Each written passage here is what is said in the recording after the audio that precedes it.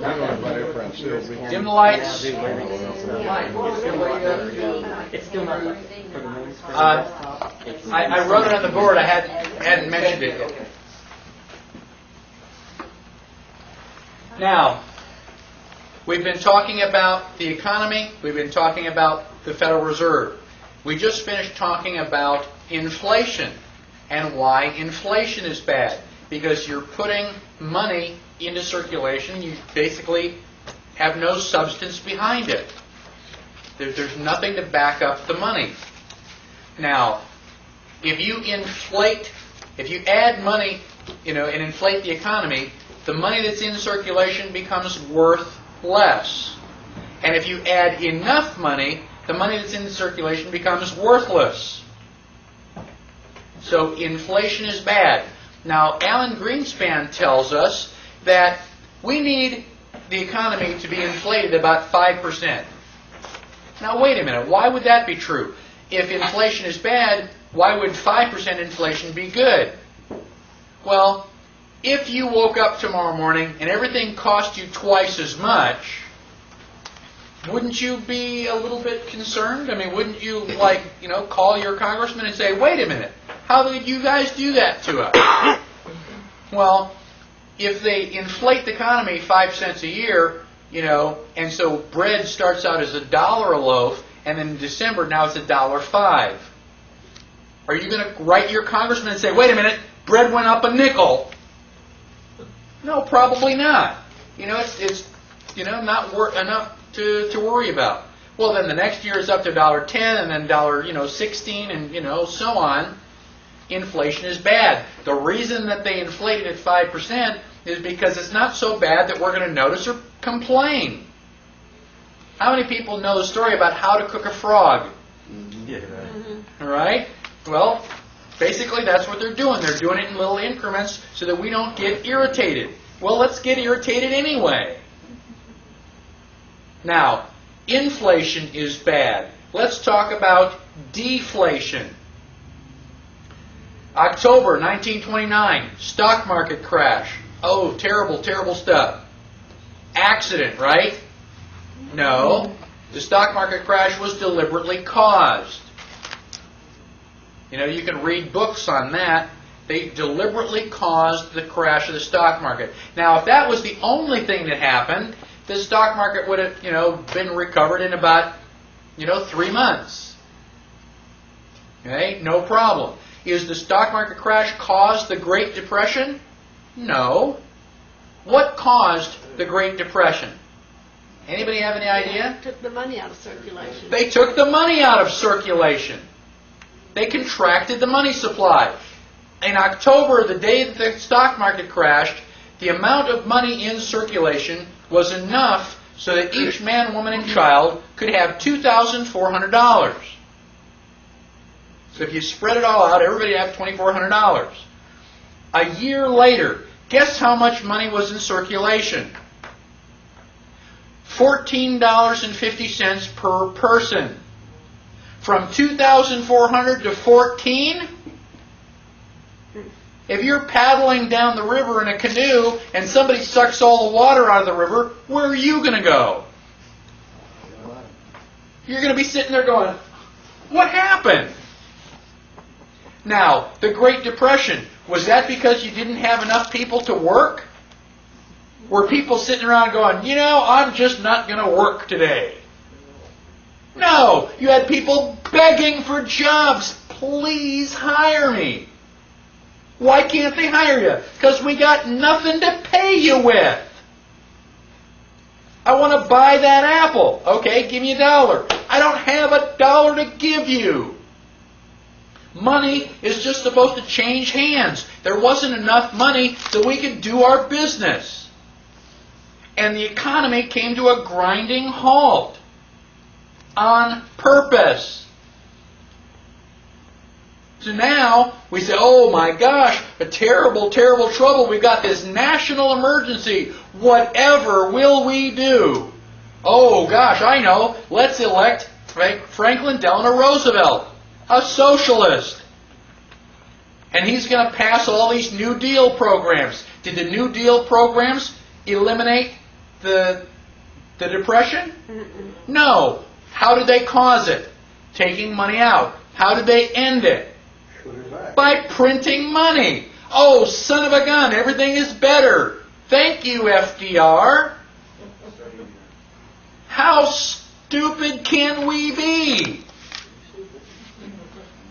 It's like, watch the little birdie over here, and with the other hand, they're, slicing our throat. So the Federal Reserve Bank is supposed to be, working in our favor? No. Is the Federal Reserve Bank part of the government? No. People say, well, it's got federal in it. It's got to be part of the government. Is Federal Express part of the post office? No. Just because it's got the word federal? Anybody ever order federal pizza? It's like, oh my gosh, this must have the government stamp of approval. How come there's no pepperoni? Just because it's got the word federal in it doesn't mean anything. And you can prove it to yourself. Go to the phone book. Go to the blue pages where all the government offices are. Post office, police departments and stuff. Show me Federal Reserve Bank. It's not there. Flip back to the white pages, find Federal Express, and you may be lucky enough to find it just, a couple inches away from there. It's a private corporation. It has never been audited. Now, why was Abraham Lincoln assassinated? Greenback. He got stood in front of the bullet. Now, Abraham Lincoln was fighting the Civil War, and he wanted money. You think bankers are willing to loan him money? You bet. You want that money? Sure thing, Abe. It's going to cost you 30%. Abe said, no. I've got enough problems on my hand with the war. I'm not going to make more by, borrowing your money at 30%. So Abraham Lincoln printed new money. He went back to Washington. He says, what am I ever going to do? And his treasurer says, print money. Article 1, Section 8, Clause 5. Coin money and regulate the value thereof. That's one of the things the government can do. So Abraham Lincoln printed money with green ink on the back. Up until then, money was black and white. Why did he put it on green ink? So you'd be able to tell which ones were which. So he printed a couple $1 million, put it in circulation, won the Civil War, and then started taking all those monies out. Anything with a green back was taken out of circulation. So for a short period of time we had inflation, but at least we didn't pay interest on it. And he pissed off the bankers because he wouldn't play their game. Bang! Everybody wants to know, whatever happened to JFK certainly was not Oswald. No. I mean, who can believe, you can't even get 3 bullets out of the gun that fast, much less aim. Anybody who's used a bolt-action rifle knows that. Now, on page 26, I've got a short commentary on just perhaps why JFK might have been killed.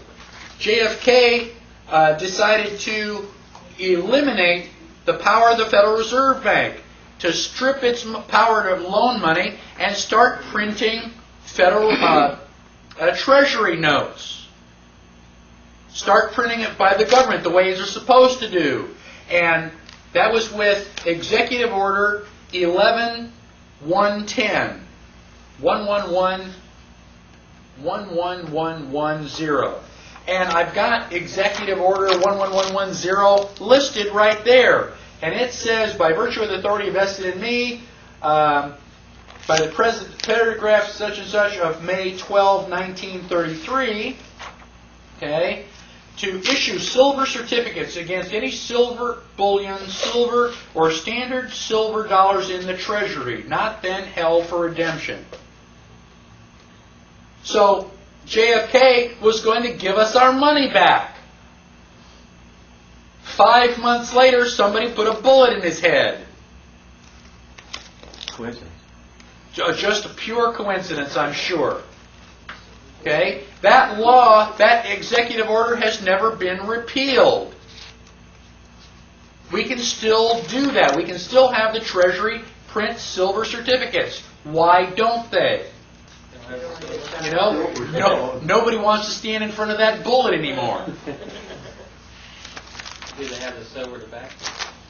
Yeah, there's quite a bit of silver. Silver is actually better for us right now than gold because there is so much of it. There's too much of it. I mean, we had people that tried to corner the market on it, and they couldn't do it. There's just too much. You know? So, then on page 27, I have a series of quotes that are all dealing with the Federal Reserve. It says 100% of what is collected is absorbed solely by interest on the federal debt. All individual income tax revenues are gone before 1 nickel is spent on services taxpayers expect from the government. This was the Grace Commission that was authorized by Reagan. They did a study. They said, your tax money does not go for hospitals and roads and national defense. Not a single penny. It's a lie. How many people have ever heard of the Grace Commission? Well, they've kind of swept it under the rug. I'm still trying to get a copy of it. Daniel Webster said, of all contrivances for cheating the laboring classes of mankind, none has been more effective than that which deludes them with paper money. Thomas Jefferson said, if the American people ever allow private banks to control the issue of their currency, first by inflation and then deflation, the banks and corporations that will grow up around them will deprive the people of all property until their children will wake up homeless on the continents their father conquered. You're going to end up with spit. I'll let you go through those other quotes. Here's the President Andrew Jackson. You are a den of vipers and thieves. I intend to rout you out. And by the grace of eternal God, I will rout you out. And he did the best job of getting rid of the thing. Page 28 has other quotes. In the middle, Representative Louis McFadden said, the Federal Reserve banks are the most corrupt institutions the world has ever seen. There is not a man within the sound of my voice who does not know that this nation is run by the international bankers. And he was speaking in Congress. Congress knows exactly what's going on. Congress is not working out for your best interests. Now, how did all this happen? In 1913, the Federal Reserve Act was written, and the Federal Reserve started printing money. They were loaning money to the United States. We were obligated to pay our debts, our interest, in gold. We'll give you this paper. You have to pay us in gold. That happened for 20 years. In 1933, the United States went bankrupt. Now, I've met somebody who actually heard Franklin Delano Roosevelt say that live. This is not some history book. This is a person who heard it for himself.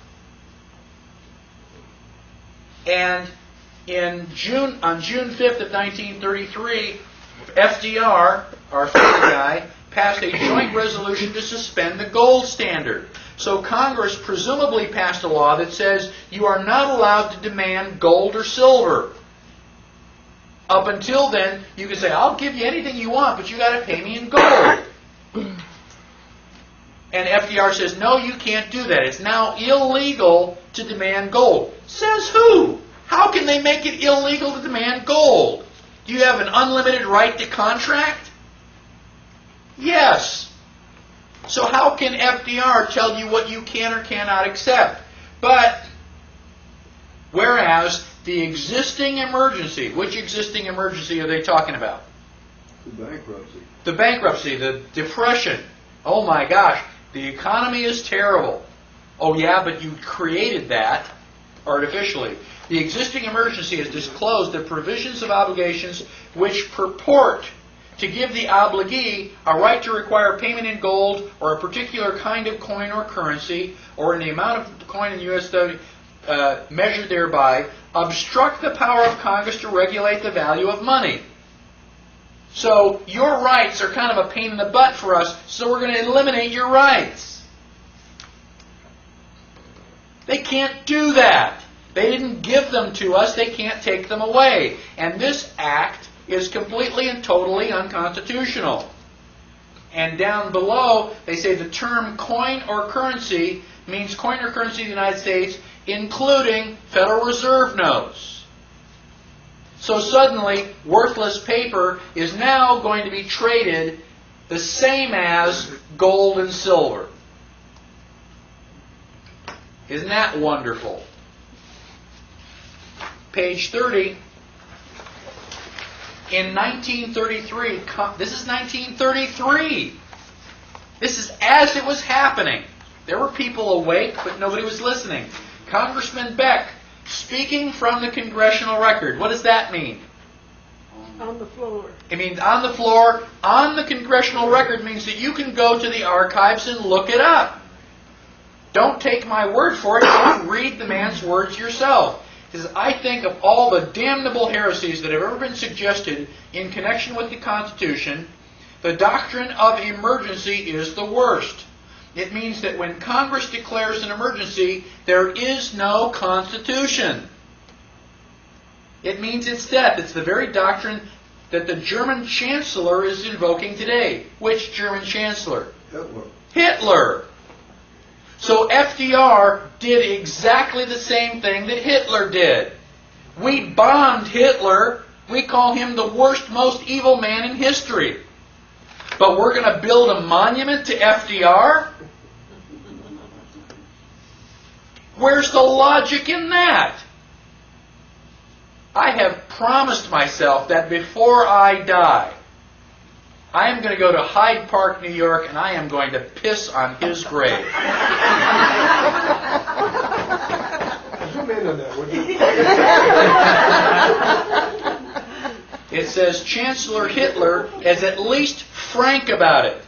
We pay the Constitution lip service, but the result is the same. And so since March 9th of 1933, the United States has been, in fact, in a state of declared national emergency. My mother was born in 1934. She has lived her entire life under a state of national emergency.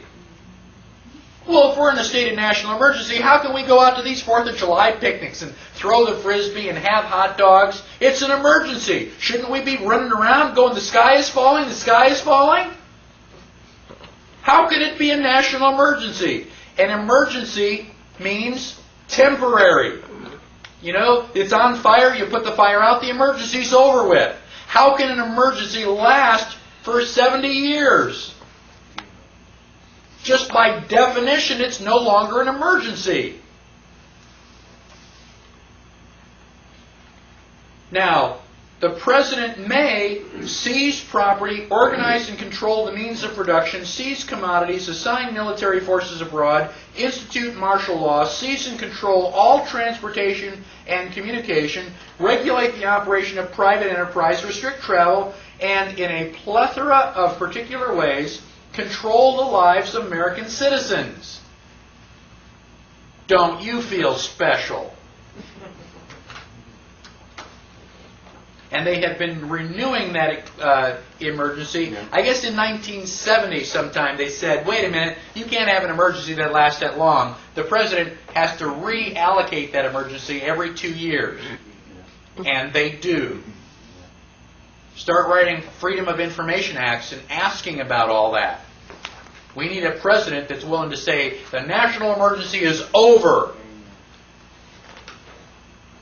Now, Mike, excuse me. You didn't mention about the confiscation of gold by executive order also. right. And then that's true.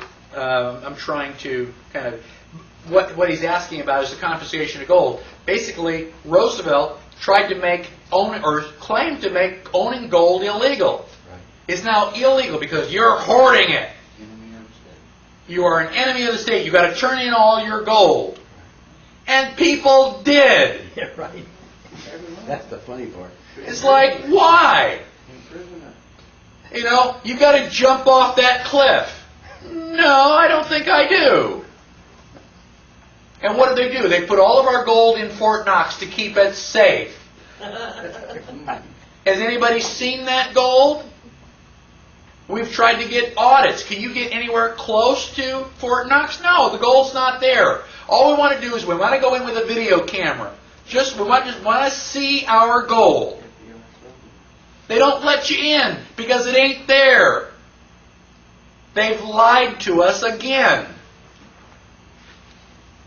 How bad does it have to get before we do something? Page 31. I'm just going to go through these real briefly. We've got so much corruption in the United States, it's not even funny. World War I was deliberately started. I mean, everybody was all, happy. They were shaking hands, and somebody assassinated Archduke Ferdinand. Oops, there we go. Got everything in. U.S. was deliberately dragged in by sinking the Lusitania. World War II was deliberately started. And FDR got us into the World War II. How did he do that? Blockade the Japanese. Well, he was blockading Japan, Yeah. but he also created the Pearl Harbor travesty. Mhm. I'm going to make each of you admiral.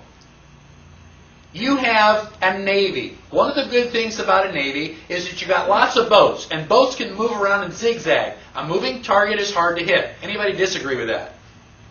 Not only is your boat hard to hit because it's moving, it's hard to find. You can hide it in the ocean.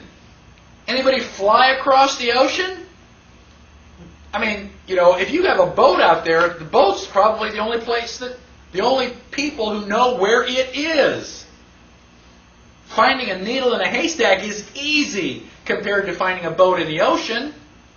So now, as the admiral, your first act is to decide whether this is a good idea or not. We're going to take all of our boats and we're going to put them in this little tiny harbor called Pearl Harbor, and we're going to line them up in a straight line. How many admirals in the room want to do that? Not one. Why did we have our boats there in the first place? Because before he became president, FDR was also Secretary of the Navy. When he got elected president, he gave his admiral the order. He says, put all of your boats in Pearl Harbor. The admiral says, I will not. I'm an admiral. I mean, what kind of admiral am I going to be if I put all my boats in Pearl Harbor? No. FDR fired him. Put somebody else in. Said, put all your boats in the harbor. And he said, well, gosh, look what happened to my predecessor. I don't want to lose all these shiny medals. FDR deliberately caused Pearl Harbor to get us involved in World War II. That is treason. If he were alive today, I would assassinate that SOB myself. Anybody want to know my real feelings on the issue? It's all right, we got it on tape. Now, the question now becomes, if things are so bad, is there any good news? Is there any light at the end of the tunnel? And the answer is yes. Don't give up. We are just about to turn this thing around. If you don't do anything, we're definitely going down the tubes. So if we are going to turn it around, we've got to get up off of our fannies and do something. Now, one of the things that we've got to do is we've got to regain our law. The third article of the Constitution is the smallest and it provides us with the least amount of protection. That's where we need to focus. So, join the Fully Informed Jury Association. one of the things that juries can do is they can overturn the law. It's called jury nullification. Now, judges will lie to you. They say, you get to decide the facts, I will decide the law. Baloney. Not the way it really happens. So if I get arrested for having black hair, according to their rules, you get to say, well, does Mike have black hair? Well, yeah, looks like it. Guilty! You go, well, yeah, but wait a minute. The way things really work is you go, yes, he does have black hair, and we really don't care if the law says it. It's a stupid law. We're going to override that. We refuse to find him guilty. That's what happened. That's where juries came from. When they were trying to accuse William Penn of heresy because he wasn't teaching the proper religion, the jurors were put in jail. They were starved and beaten, and they refused to find him guilty. The judge finally had to let him go. So that's one of the places that I would focus. Now, instant runoff voting.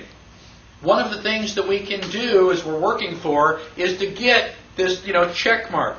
When I say, I want you to vote for the Libertarian, people say, well, I don't want to waste my vote.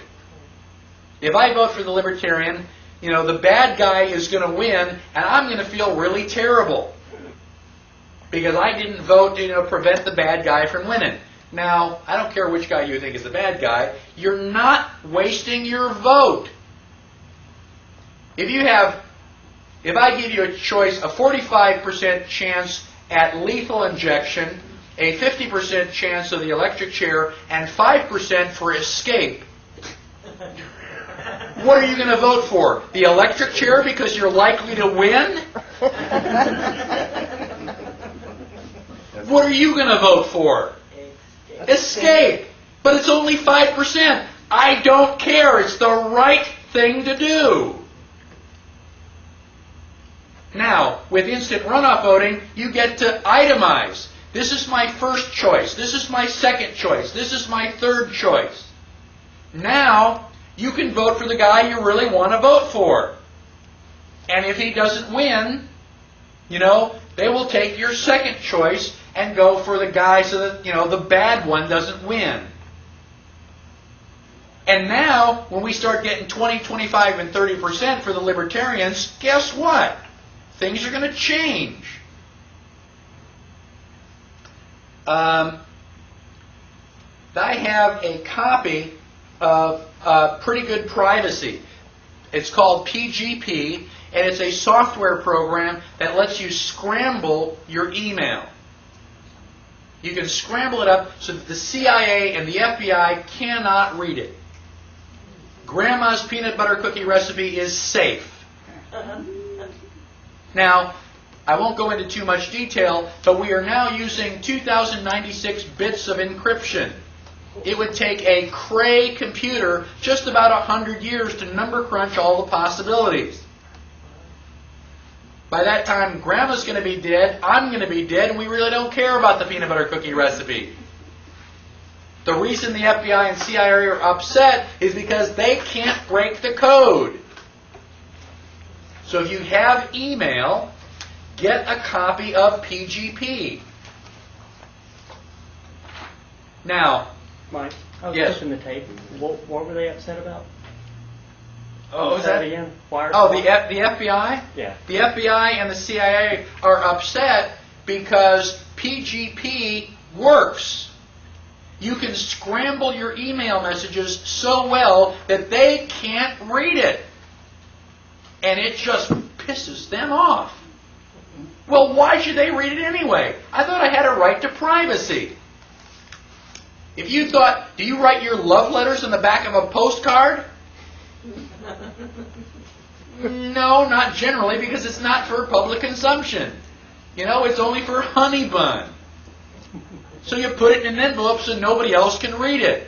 Well, if you're sending email, every computer that email stops on can make a copy of it.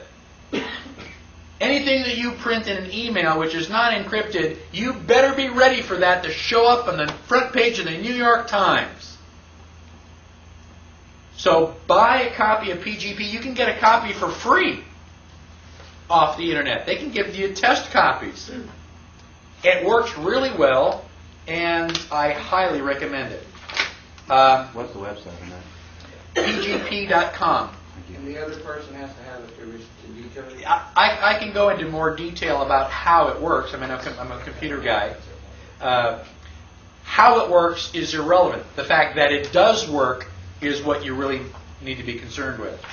Now, there is a Project Toto to expose and end the illegal operation of the income tax system. In a couple of weeks, we are going to go to Washington, and we are going to be dragging the IRS over hot coals, asking them difficult questions. Now, the government never gives us anything that they still want. If they have agreed to go to Washington and answer our questions, I am convinced the IRS is out. They don't care anymore. They don't want the IRS, and they're going to say, okay, you guys win. Except that they've got something better in the background, which I think is national sales tax. So we've got to be careful that we don't let them slip in something worse than the IRS. Norfed. We've already talked about Norfed. We can take back our currency. The economy is what's all screwed up. Silver doesn't inflate. This is real value. They can't stop you from using that. All you have to do to take back some of your liberty is use Liberty currency instead. Where can you use it? All of your friends. If you and I exchange something, let's use Liberty currency instead. Digital money is going to be the solution to all this. The reason that the Federal Reserve has all the power is because we are forced to use their money. Very, very soon, we won't have to. How many people here would have a Swiss bank account if they could? Okay? Why would you want a Swiss bank account? For privacy? The fact that you are the only person in the world who knows how much money you've got in the bank? Well, that's not true with a Swiss bank account. There are two people, you and the Swiss banker. You now have an opportunity to do something better than a Swiss bank account. And it is called 3pgold.com.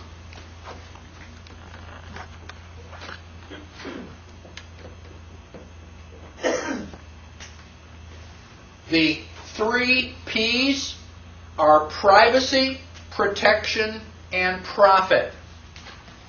If I told you you could go out to the internet and get yourself a Swiss bank account, it's better than a Swiss bank account. A, because you don't have to travel to Switzerland. B, a Swiss bank account, I think you have to have like $25,000 minimum. This only requires a $1,000 minimum. And 3, there's only one person in the world who knows that you've got the account. You. The computer knows, but the computer's not telling. Now, how does this work? You want to sell me a book. You tell your account, I'm about to get money. Somebody's about to give me $100. The computer will send you one of these encryption scrambles. You look at it, it just looks like nonsense. And you give that to me. Well, I can't read it, but I give it to my account and I say, I want to send $100 to this scramble, whatever that is. So the money disappears from my account and shows up in yours. I have no idea where it went. And then you send me the book. Now, if I'm calling myself George, you don't know who you sold the book to. All you care about is that you did sell the book. Now, how many people in the world know that a transaction took place? 2. Me and you. And I ain't telling. Right now, 3P Gold is like trying to sell somebody the very first fax machine. Imagine being a salesman. I've got this really great machine, and you put the paper in here, and it dials the phone, and it comes out someplace else. You go, great. Who can I send it to? Well, nobody. I mean, you're the only one. It's like, well, then why would I buy one? Well, where did they first show up? Well, somebody like Ford Motor Company said, well, we'll buy 2 of them. That way, the secretary doesn't have to run back and forth. It'll save time. Well, then General Motors buys a couple. You go, oh, wow, so we can fax something to General Motors too? And then pretty soon somebody else and somebody else and somebody else. Now, fax machines are ubiquitous. I mean, people have them in their study. I've had people say, I don't want your email address or your phone number, I want your fax number. Fax machines are all over the place. You can fax something to anybody, practically. Now, how many people had email 10 years ago? Me and Jim and maybe 2 of my geek buddies. Email? What's that? Now, who has email? Everybody has email. 12-year-old kids have their own email. My mother has email. Even the homeless in Houston know? go to the public library. Everybody's got email. In 10 years, email is everywhere. Why? So we can send stupid jokes to each other. Isn't that great? Grandma's peanut butter. It's like, oh yeah, Grandma's peanut butter cookie recipe. So in 10 years, we have everybody's got email for something stupid like jokes. Now, if I told you that you could get this 3P Gold account now, and and you do these secret accounts, you can buy somebody for something in Russia, and it's a secret. Any money that you take out of the bank and put in 3P Gold, can the IRS get to it? Get to what? I don't know what you're talking about. Account? No, I don't know anything about an account. Is that guaranteed? What's that? Is it guaranteed? As long as you don't forget your password. They tell you right up front, do not forget your password. Don't call us, because we can't figure it out. It's all encrypted. Could you have like your paycheck direct deposited or something like that? Eventually, not yet. Does it draw interest? That's the 3P Gold. Protection, privacy, and profit. And they haven't got it completely up to speed yet, but what they're going to allow you to do is do investments. Just like the stock market. And the stock market here in the United States is controlled by the SEC. If you do trading on the world market, you don't have that limitation. You can get big percentages outside of the stock market. And so that will eventually be relatively profitable. But yeah, you can draw interest on all this stuff. Now, admittedly, there are only like 2 or 3 of us that got them. It's going to be hard for a while to find anybody that can transfer it. But if we can get email in 10 years, how fast do you think we can get 3P Gold? You send an email to everybody that you send jokes to, go, hey, wow, man, this is really great. 5 years? 4 years, maybe? How similar is that to there's another website called eGold? eGold Yeah. is similar in concept. Unfortunately, eGold is here local. They don't do any auditing. And I mean, it's a good idea. I don't think anybody's, but they have been raided by the IRS already. I don't think that they've taken anything, but they've been hassled. 3P Gold is offshore. It is not in U.S. jurisdiction. So what's the IRS going to do? Well, Feed to their provider. what's that? Clip the feed to their provider. Yeah, well, so it's offshore. I know the man who's helping to organize this personally. And he's either really telling the truth or I am a terrible judge of character. If I had more money, I would put it in 3P Gold. I mean, I've got an account. But, it doesn't do anything right now. It's that, one and only, federal fax machine. Well, while it's sitting there doing nothing, is it still drawing interest? I think so. I mean, I wasn't even concerned about that. I didn't even ask. But you can go to 3P Gold and check. So as this becomes more and more prevalent and more powerful, then who's going to use Federal Reserve notes? Why would you? You know about the kid that used to take his ball and go home? Well, it's his ball. We can all just leave the field. We don't have to use these anymore. So the Federal Reserve may be there, but it's not going to have any authority. There's nobody playing. Bye. We leave. Thank you very much. I'll get one. You could just pay me out of boredom since you don't. There have you go. to pay. I'd love to do that. I'd be willing to transfer money back and forth. Go out and get a 3P Gold account. We'll use it instead of email. Okay? So, When you pay for your seminar. right? That eventually I'm going to be doing that. So digital cash is something that is just around the corner. There's nothing that the government can do about it. This is absolutely wonderful. When the printing press came out, you know, the governments and churches in charge weren't real happy about that, because up until then, I'm telling you what the Bible says. Oh, really? Now we can print the Bible and you can read it for yourself. You go, hey, you know, you've been pulling a fast one on me. That's not what it says. So they didn't like the printing press. What did they do? They went out and they started burning books. Were they successful? Had we eliminated books? No, because we were printing them faster than they can burn them. There's not a damn thing they can do about it. And there's not a damn thing they can do about 3P Gold. It's going to happen whether they like it or not. And the faster we make it happen, the better off we all are going to be.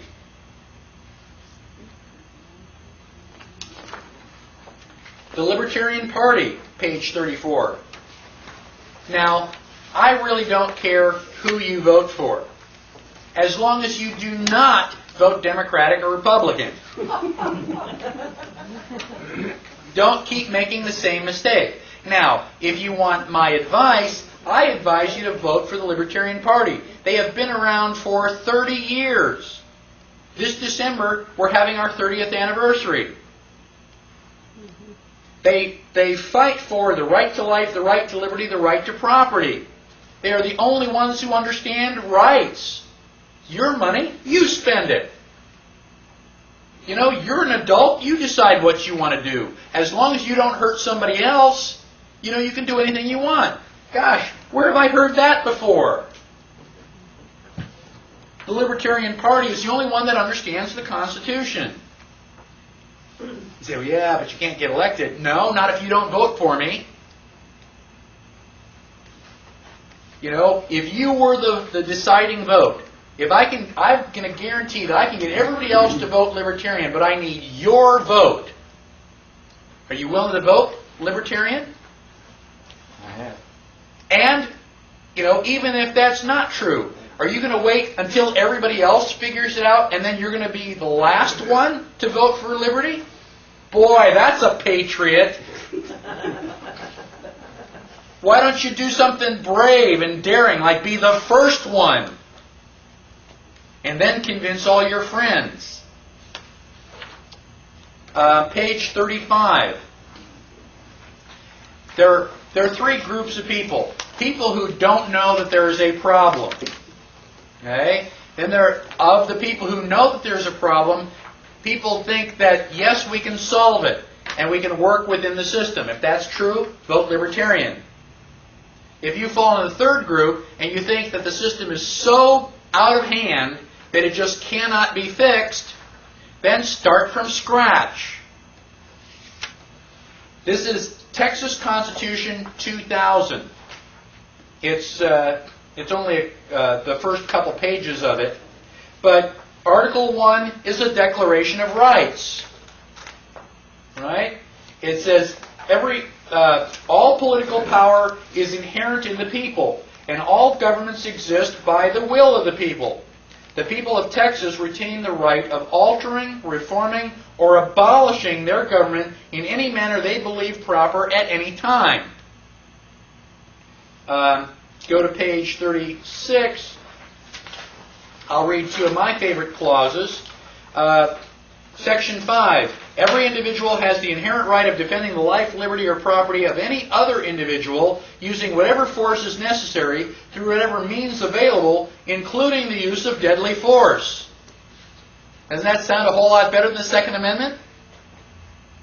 And just in case there's a Rosie O'Donnell out there who doesn't understand, let me clarify with Section 6. Every individual has the inherent right of owning, using, and carrying arms of any description. Any questions? Article 2 is limits of the government. Government has no inherent rights or powers, neither implicit or explicit. That pretty much sums it up. And you go through, government shall never, government shall never, government shall never, government shall never. They can't own property, they can't control the free flow of ideas, government can't do anything unless it's explicitly listed. Now this is a constitution with teeth. Now the Constitution has been written. It has not been ratified. How did we get this Constitution ratified? Well, we had 9 out of 13 states ratify it. Well, this is a Texas state constitution. We've got 254 counties. If we get 176 counties to ratify it, it becomes the law. And Texas becomes a nation. What happens to the existing statutes? They're non-existent. Okay. There is a transition stuff. I mean, we don't expect it to happen overnight, but there is a whole program of how we're going to go from the mess that we're in now to the new government. And I give you the website for that, tcrf.com, Texas Constitution Ratification Fund, and you can read, I think it's about 22 pages. First time I read it, it made me weep. When you said it goes from country to nation, I'm not ready to think. I know Bill knows a lot about it. Are we pulling out of the U.S. as a nation, or you mean we would become sovereign again, like we should have been all along as part of the U.S.? No, we would be separate from. Literally, you're 49, we're 1. Still Yes. Okay. Yes, and Texas is not the only one doing that. The sovereign nation of Hawaii is very, very close. Alaska, Arizona, Idaho, and Montana also have very strong. Just remember, the last time the United States tried to do this, or part of the states, we ended up a civil war over it. I understand, and there's a lot of debate as to whether or not that would happen. I personally don't think it would go that far. But, I mean, if it did, send me to the Alamo, lock and load. Got half the arms in Texas anyhow. That's right. Now, those are some of the things that I think that you should know about, and I think that they should, improve your outlook. Now, starting on page 39, I have a list of reference material. Obviously, we haven't covered anything as much as we would like to. Hopefully, you will start doing your own research. And I've tried to leave breadcrumbs for you to say, gosh, go here. You don't have to search through the entire library. Now, I've got a list of books, a list of videotapes, audio tapes, and websites.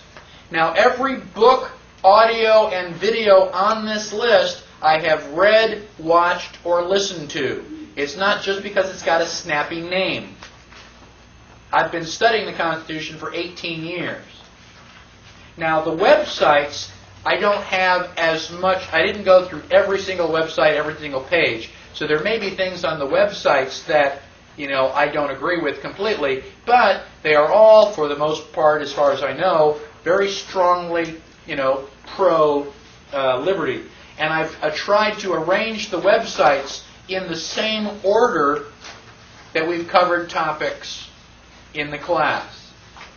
Now, you can go to my website. Instead of typing all these things in by hand, you can go to my website, go to the Introduction to the Constitution, which is what this class is, and I have a list of references. So you go to a page, and that same page is right there. You just point and click with the mouse.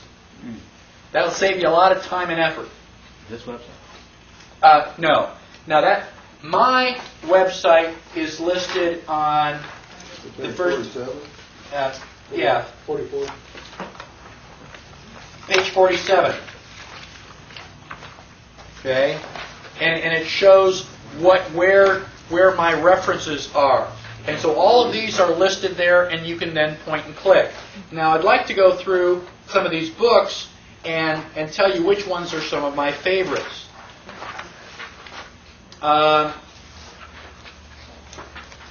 Okay, the Global Sovereign's Handbook, page 39.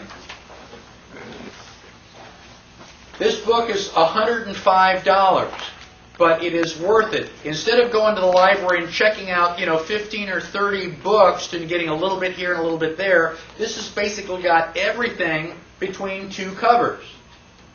You can't sit down and read it from cover to cover because your brain will explode.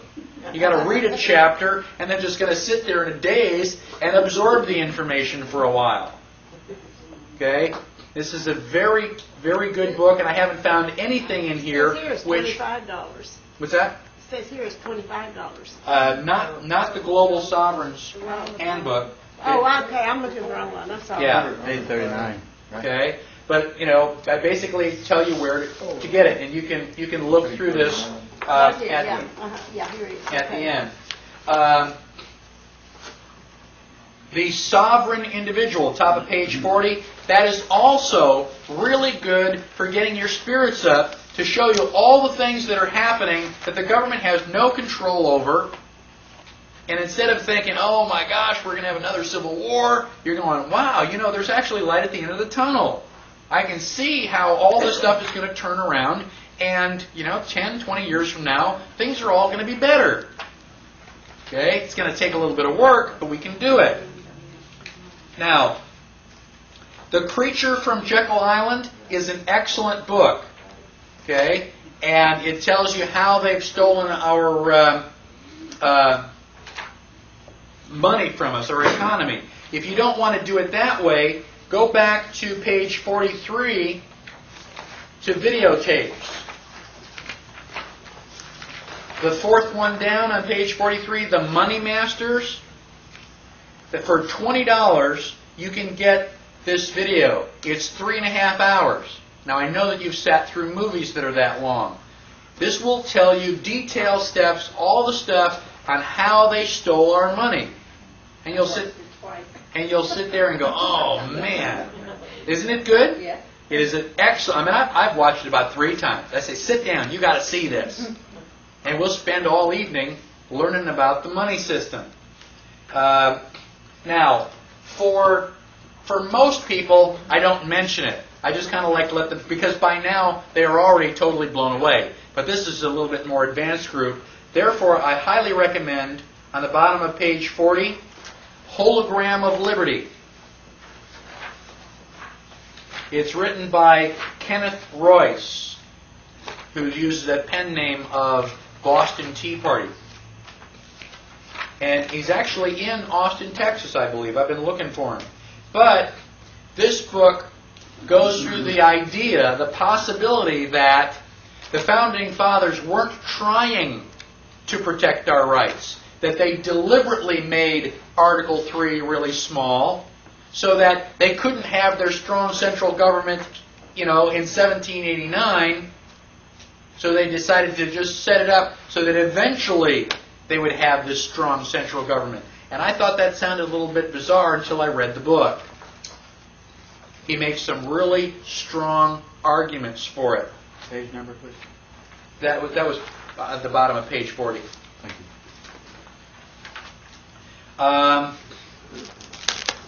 you. Okay. Lost Rights on the top of page 41 is excellent, by James Bovard. And he's already come out with another one, Feeling Your Pain. Those are both good. Read the Communist Manifesto. You have to know what the enemy is doing. And I also have a book here.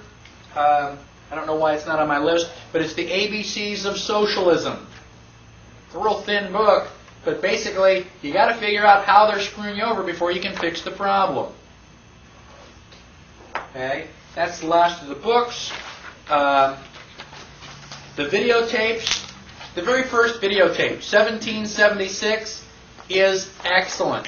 It is a musical, and it seems a little bit strange to have Benjamin Franklin and Thomas Jefferson dancing, but, okay, you can get over that a little bit. And it talks about how all the stuff they had to go through to get the Declaration of Independence signed. When you realize how close we came to not even being the United States. It really is an excellent thing, and to the best of my knowledge, it is historically accurate. I didn't see anything in there that I knew for a fact was false. Well, except for the singing and dancing. The singing and dancing, yes. Money Masters, Waco, the Rules of Engagement. I have a video on the 10 planks. I think you've already seen that. Now, audio tapes. We're on page 45. If you want to start learning about the Constitution, go to Barnes & Noble and get this series. It is by Knowledge Products, and it is narrated by Walter Cronkite, the most trusted man in America. And basically, it is really excellent. Walter Cronkite talks about what was happening. George Washington is coming into town. They're getting ready to write the Constitution, and then they have actors and actresses doing the voices of Thomas Jefferson, George Washington, and it's really, really good. I get goosebumps. It makes you feel like you're really there. And I have listened to this series wall to wall, the entire set, 4 times at least. When you're driving in the car, it's a really excellent thing to just pop in and listen to that. Another excellent series is audio archives from Reality Zone. The guy who wrote Jekyll from The Creature from Jekyll Island is responsible for all of these tapes. Edward Griffin, and they're on different subjects, and I've got those listed. One of my favorites is I was a spy for Joseph Stalin. I mean, this guy lived it. And when you find out all the things they were doing, man, it just sends a chill. I mean, it's even more exciting than some of the James Bond things. So those are all really good. And also, if you have friends that are not quite as extreme as you are, and you don't want to scare them, by giving them all this stuff right up front, I strongly recommend How Tyranny Came to America by Joseph Sobran. You can get the audio tape for $5, which is pretty good. You can also download the text and just print it. You can have people read it. My parents think that I'm an extremist and a radical. They're paranoid that I'm going to get shot. But I gave this to them, and they went, "Oh, wow, yeah. We can see, basically what you're talking about." So that's a really good starter tape for any of your friends. And then the rest are websites. Basically, the best that you can do is basically do your own research. Find out whatever interests you. If you're interested in allodial title, or you're interested in taxes, or you're interested in the right to travel, there's a lot of stuff out there. And a lot of these websites point you to other websites. So the information is available if you want it. All you have to do is go out and find it. I want to remind you once again that now that you've attended the class, you are welcome to attend any future class for no additional charge. There's a lot of information, and if you want to just sit through it again, each one is unique. I try to throw in different anecdotes, different times, and different explanations. But I have enjoyed it. I appreciate the fact that you've all been here, and I hope that you found it very helpful. Thank you. Let's see a show of hands. If he gets a level 2, who will attend? All right, I'll take gold, silver, not even a problem. You can't ask for gold. That's illegal.